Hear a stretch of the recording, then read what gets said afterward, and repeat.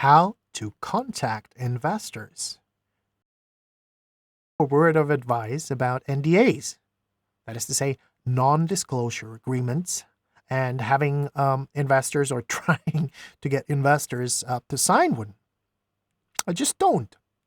Well, the reason is that investors see 1,000 of different pitches, many of which, of course, are very similar to yours, per year, and they won't sign anything that will make them legally liable for any information you share.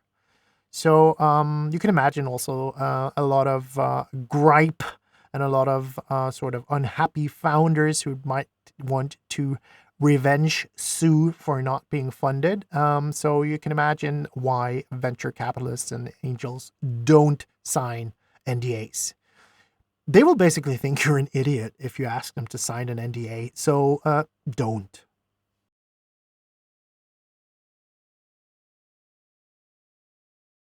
You have to imagine there's a virtual line of thousands of startups wanting to get a meeting with an investor. So a warm intro helps you to bump you to the top of the list. What is a warm intro? Well, a warm intro is you reaching out to a third party through an intermediate, which is a fancy way to say you'll ask someone that you know to ask someone they know to connect to you. Now, how do we do this? Well, the best kind is from other founders, like I mentioned before. The second best is from other investors.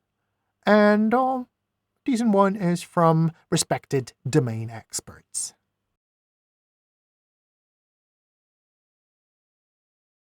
Here's a reality check.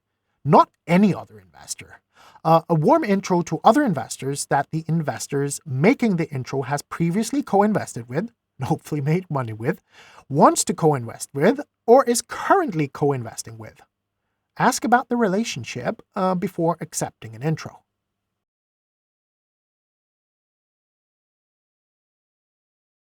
Pick up the phone and call everyone you know who knows investors well and will listen to you.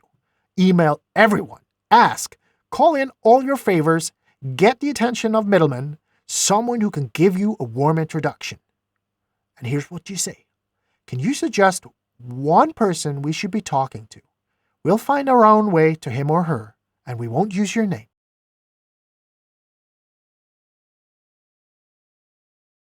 What's a cold call? A cold call is a direct contact from you to the person in question. From you directly to the investor, and the investor doesn't know you. How do we do this? You can use the one-line ping. You could lead with traction, which is easier said than done, or you can show that you've done the research.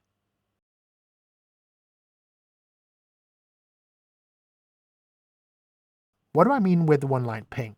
Well, reach out to an investor in one sentence on LinkedIn or AngelList or anywhere you can find them. WhatsApp, who knows where. Deliver your high concept pitch and then ask if you can keep them updated on traction or significant milestones because you think one day you're probably going to raise money.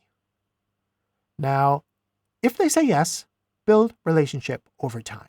What is meant by lead with traction? Well, obviously you'll need to have some traction for this to work. So if you already have meaningful traction, you might want to do a cold call leading just with your traction. Like I said, it's catnip to investors. You can be bluntly asking if they'll read your deck and take a meeting.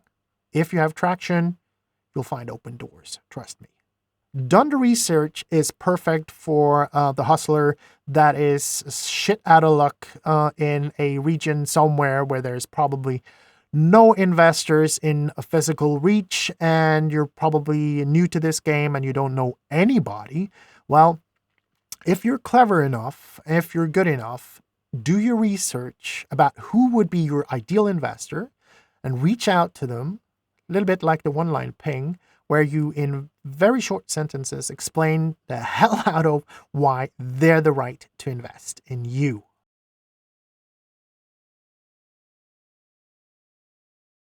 Now, here's a pro tip regarding the one-line ping. It's almost like a magic trick. Best case, your metrics are improving. greatly week over week, then what you should do is keep at least a couple of weeks of buffer for the data before pinging investors.